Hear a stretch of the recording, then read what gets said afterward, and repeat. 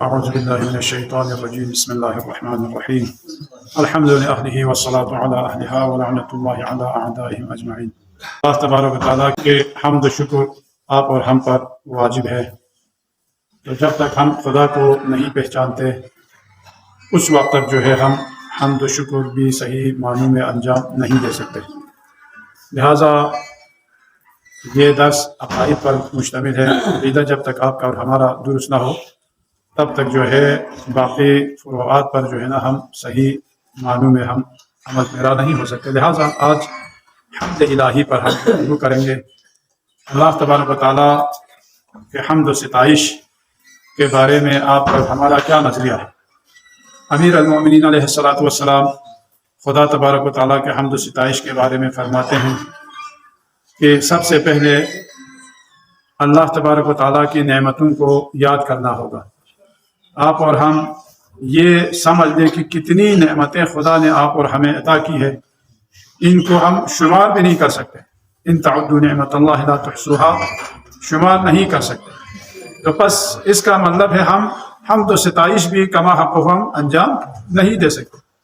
خدا کا جس طرح حمد و ستائش کرنا ضروری ہے اس طرح جو ہے نا ہم نہیں انجام دے سکتے، مگر یہ کہ اللہ تبارک و تعالیٰ کا لطف و کرم ہمارا شامل رہا۔ تو اس لیے فرماتے ہیں کہ حمد و ستائش جو ہے ایک ایسی نعمت ہے، اس کے لیے بھی خدا تبارک و تعالیٰ کی طرف سے آپ اور ہمارے لیے توفیق کی ضرورت ہے۔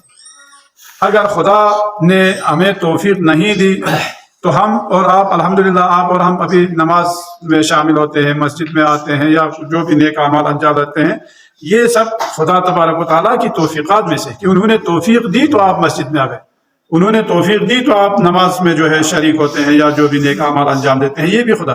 اس لیے خدا تبارک و تعالیٰ سے ہمیشہ توفیق مانگنی چاہیے آپ اور ہم، ورنہ یہ نہیں ہو سکتا کہ ہم جو ہے نا خود اپنے اعمال کے ذریعے اپنے اعمال کے بل بوتے پر جو ہے نا ہم آخرت میں بہشت پالیں گے، نہیں، ایسی بات نہیں۔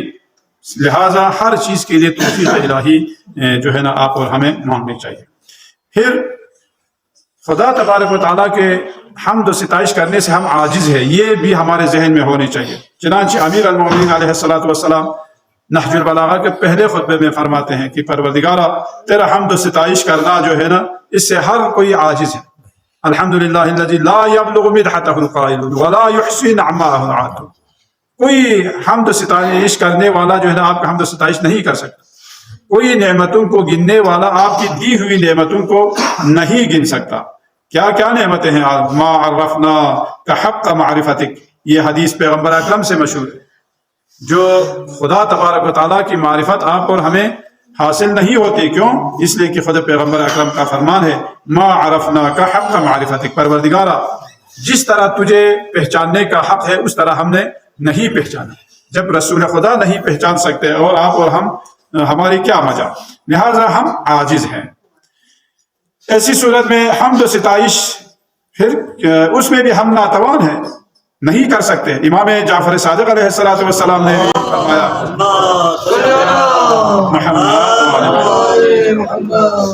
کہ انسان ناتوان ہے۔ پہلے بھی عرض کر چکا، ایک انسان کا سانس لینا، نعمتیں کیا کیا ہے، آپ نعمتوں کو آپ شمار نہیں کر سکتے تو اس کے حمد و ستائش کیسے ہم شمار کر سکتے ہیں؟ ایک ایک سانس کا لینا، ایک ایک سانس کا جو ہے نا اندر لینا باہر نکالنا، یہی نعمت بزرگ، یہی صرف اسی نعمت کا اگر ہم شکر ادا کرنا چاہے تو ہم یہ بھی نہیں کر سکتے۔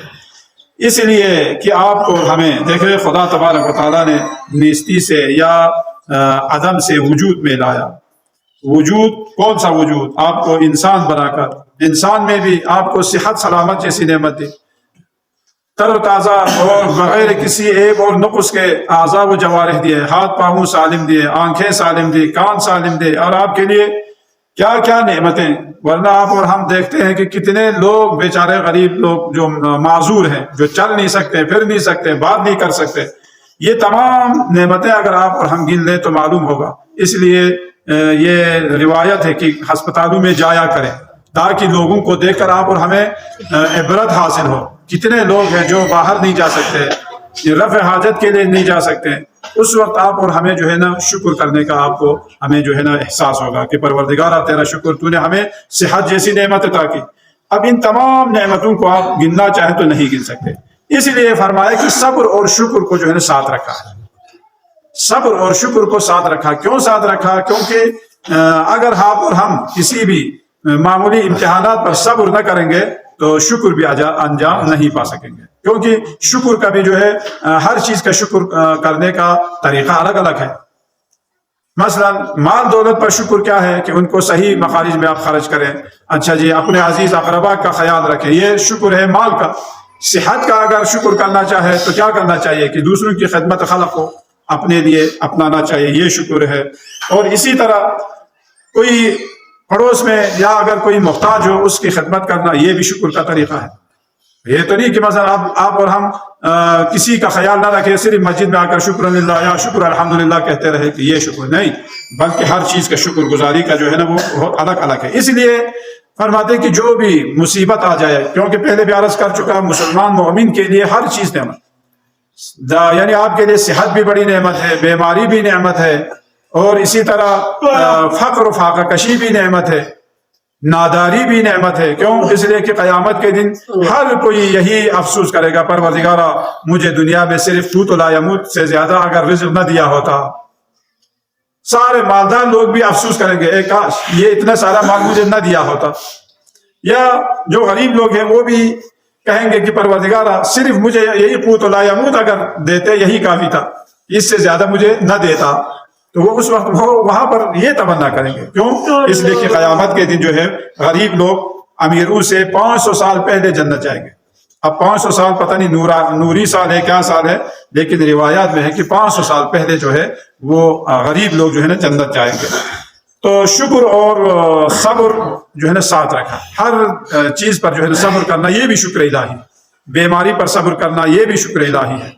مثلا کسی غریب غربا کا خیال رکھنا، یتیم بچوں کا خیال رکھنا۔ بعض دفعہ مومنین کہتے ہیں کہ یہ میری نصیب میں تھی کہ مثلا میں یعنی فقط غریبوں یتیموں کا بس میرے ذمہ لے، ان کے لیے بہت بڑی نعمت اور بہت بڑا ثواب ہے۔ اس لیے کہ رسول خدا کا فرمان ہے جس گھر میں یتیم بچے کی تربیت ہو، ان کا دیکھ بھال ہو، قیامت کے دن وہ جو ہے میرے ساتھ ساتھ ہوں گے، انا وکافل الیتیم کہاتے۔ اس طرح آپ نے اشارہ کیا میں اور یتیم کا اس کی کفالت کرنے والا قیامت کے ساتھ ساتھ ساتھ ہوں گے، کتنی نعمت ہے۔ یا اسی طرح اگر کوئی بیمار ہو جائے، ایک کروٹ لینا، کروٹ بدلنا ایک شہید کا ثواب ہے، اور جب تک وہ بیمار رہے اس کے نامہ اعمال میں وہ ثواب لکھتا رہے گا جو اس نے جوانی کی حالت میں جو اعمال نیک انجام دیتے رہے، اور اس کا کوئی گناہ لکھا نہیں جائے گا۔ تو یہ تمام چیزیں نعمات ہیں، انشاءاللہ پروردگارہ ہمیں معرفت الہی حاصل ہونے کے بعد ان کا شکر ادا کرنے کی توفیق عطا فرما۔